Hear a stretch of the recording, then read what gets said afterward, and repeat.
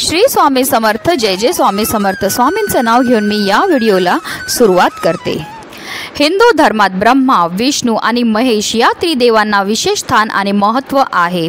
या त्रिदेवांचा अंश म्हणजेच दत्तात्रेय महाराज। दत्तात्रेयांचे अनेक अवतार असून त्यापैकी एक म्हणजे अक्कलकोटचे श्री स्वामी समर्थ महाराज। स्वामी समर्थ महाराज हे दत्तात्रेयांचे पूर्ण अवतार म्हणून पूजले जाते।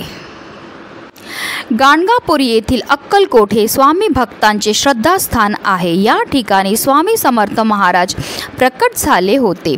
पंचांगानुसार चैत्र शुद्ध द्वितीया तिथी हा स्वामी समर्थ यांचा प्रकट दिन म्हणून ओळखला जातो। तर चैत्र शुद्ध त्रयोदशीच्या दिवशी अक्कलकोट येथील वटवृक्ष समाधी मठ स्थानी स्वामींनी आपल्या अवतार कार्याची समाप्ती केली होती। आणि यंदा 6 मे 2024 रोजी स्वामी महाराजांची पुण्यतिथी आहे।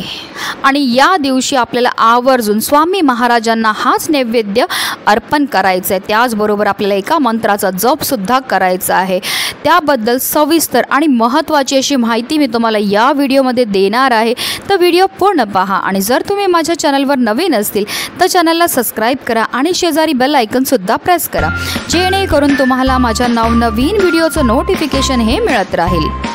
स्वामींच्या पुण्यतिथीच्या दिवशी आपल्याला सकाळी लवकर उठायचं आहे आणि उठल्या उठल्या आपल्या अंथरुणामध्ये बसूनच आपल्याला स्वामी महाराजांचं स्मरण करून आपले दोन्ही हात हे जोडायचे आणि स्वामी महाराजांच्या नामस्मरणाने जे आहे आपल्याला दिवसाची सुरुवात ही करायची। त्यानंतर आपल्याला आंघोळीच्या पाण्यामध्ये आवर्जून थोडंसं गंगाजल टाकायचं आणि त्याने आपल्याला स्वामींचं नामस्मरण करत म्हणजे श्री स्वामी समर्थ ह्या नामाचा जप करत करत आंघोळ ही करायची आहे। ही आंघोळ केल्यामुळे आपल्या तनाबरोबर आपल्या मनाची शुद्धीही होत असते आणि पवित्र मनाने आणि पवित्र तनाने केलेल्या प्रत्येक कार्यामध्ये आपल्याला 100% यश हे प्राप्त होत असतं।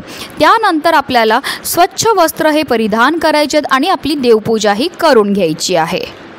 सगळ्यात पहिला आपल्याला देवघरामध्ये दिवा हा प्रज्वलित करून घ्यायचा आहे। अग्नीच्या साक्षीने आपल्याला हे जे पण उपाय किंवा सेवा आहेत त्या करायच्या। त्यानंतर आपल्याला स्वामी महाराजांची विधिवत पूजा करून घ्यायची आहे। त्यांना प्रिय असणाऱ्या वस्तू त्यांना अर्पण करायच्या आहेत आणि त्यानंतर आपल्याला स्वामी महाराजांकडे करता जो आहे नैवेद्य हा बनवायचा आहे। उद्याच्या दिवशी जेवढी जास्त तुम्हाला स्वामींचं नामस्मरण करता येईल तेवढं जास्त तुम्हाला नामस्मरण करायचं आहे। तुम्ही जे पण कार्य करत असतील, तुम्ही जेवण बनवत असतील किंवा तुम्ही ऑफिसमध्ये काही काम करत असतील तरीसुद्धा तुम्हाला निरंतर श्री स्वामी समर्थ या मंत्राचा जप करत करत आपलं काम हे करायचं। आपल्या मनामध्ये कोणत्याही प्रकारची नकारात्मकता येऊन द्यायची नाही आहे। आपल्याला स्वामी महाराजांना प्रिय असणाऱ्या वस्तू त्यांना अर्पण करायच्या। स्वामी महाराजांना बेसनचे लाडू अतिशय प्रिय आहेत, त्याचबरोबर त्यांना पुरणपोळी देखील अतिशय प्रिय। जर तुम्हाला शक्य झालं तर आवर्जून तुम्ही बेसनचे लाडू बनवा, पुरणपोळी बनवा आणि हाच नैवेद्य जो आहे तुम्हाला स्वामी महाराजांना दाखवायचा। आता जर काही कारणास्तव तुम्हाला बेसनचे लाडू किंवा पुरणपोळी बनवणं नाही शक्य झालं तर जे तुम्ही घरी जेवण बनवतात, वरण भात भाजी, तर ते बनवा, पण त्याच्यामध्ये आवर्जून घेवड्याची भाजी बनवायला विसरू नका। तर अशा रीतीने आपल्याला नैवेद्याचं ताट हे तयार करायचं आणि स्वामी महाराजांना हा नैवेद्य दाखवायचा। त्यानंतर आपल्याला स्वामी महाराजांना हात जोडून प्रार्थना करायची आहे की तुमच्याकरता नैवेद्य आणला आहे, स्वामी महाराज ग्रहण करा।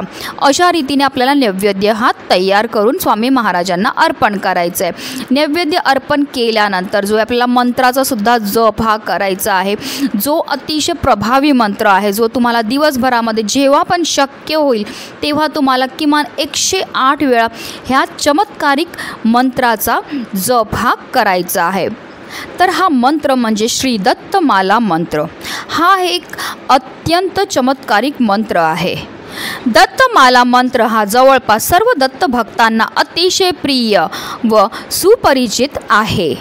श्री दत्तमाला मंत्र हा अत्यंत प्रभावी मंत्र आहे। सर्व सिद्धी, यश, कीर्ती, आयु व आरोग्य या सर्व यश मिळवण्यासाठी हा मंत्र जपला जातो।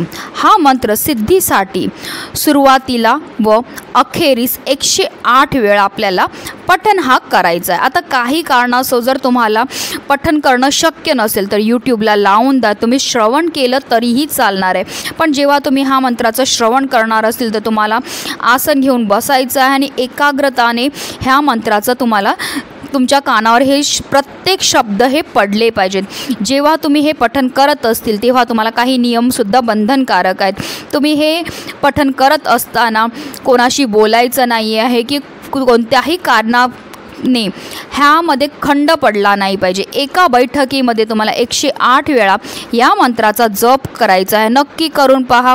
तुमच्या आयुष्यामध्ये असणारे सर्व दोष, सर्व विघ्न, सर्व दारिद्र्य नष्ट होऊन साक्षात स्वामी महाराजांची तुमच्यावर अखंड कृपाही होणार आहे. म्हणूनच व्हिडिओ जास्तीत जास्त लोकांपर्यंत शेअर करा, जेणेकरून प्रत्येकाच्या आयुष्याचं कल्याण हो. ही स्वामी चरणी प्रार्थना. श्री स्वामी समर्थ. जय जय स्वामी समर्थ.